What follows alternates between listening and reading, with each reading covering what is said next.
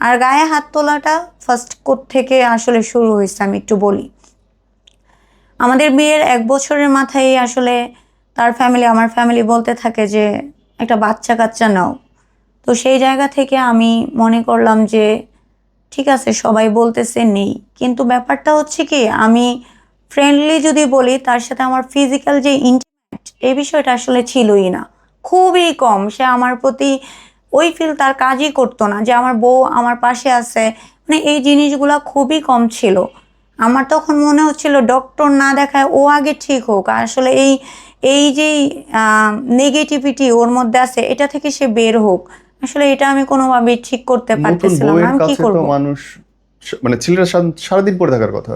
না, ওইটা তার মধ্যে ছিল না। সেই জায়গা থেকে আমি একটা মেয়ে হয়ে কি করতে পারি। তারপরেও চেষ্টা করলাম যে আচ্ছা আমরা ডক্টর দেখাই, যদি কোনো মেডিসিনের মাধ্যমে। অসুখ থাকতেই পারে। হ্যাঁ, হইতেই পারে, সে সিক থাকে, ফিজিক্যালি তার প্রবলেম থাকতেই পারে, আমি দেখি একটু।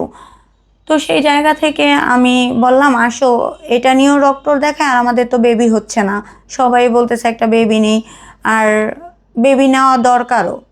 তো আমরা টঙ্গী ক্যাথারসিস হসপিটালে একটা গাইনোকোলজিস্ট ম্যাডামকে একজনের সাজেস্ট নিয়ে, ওনার পরামর্শ নিয়ে দেখাতে গেলাম অ্যাপয়েন্টমেন্ট দিয়ে।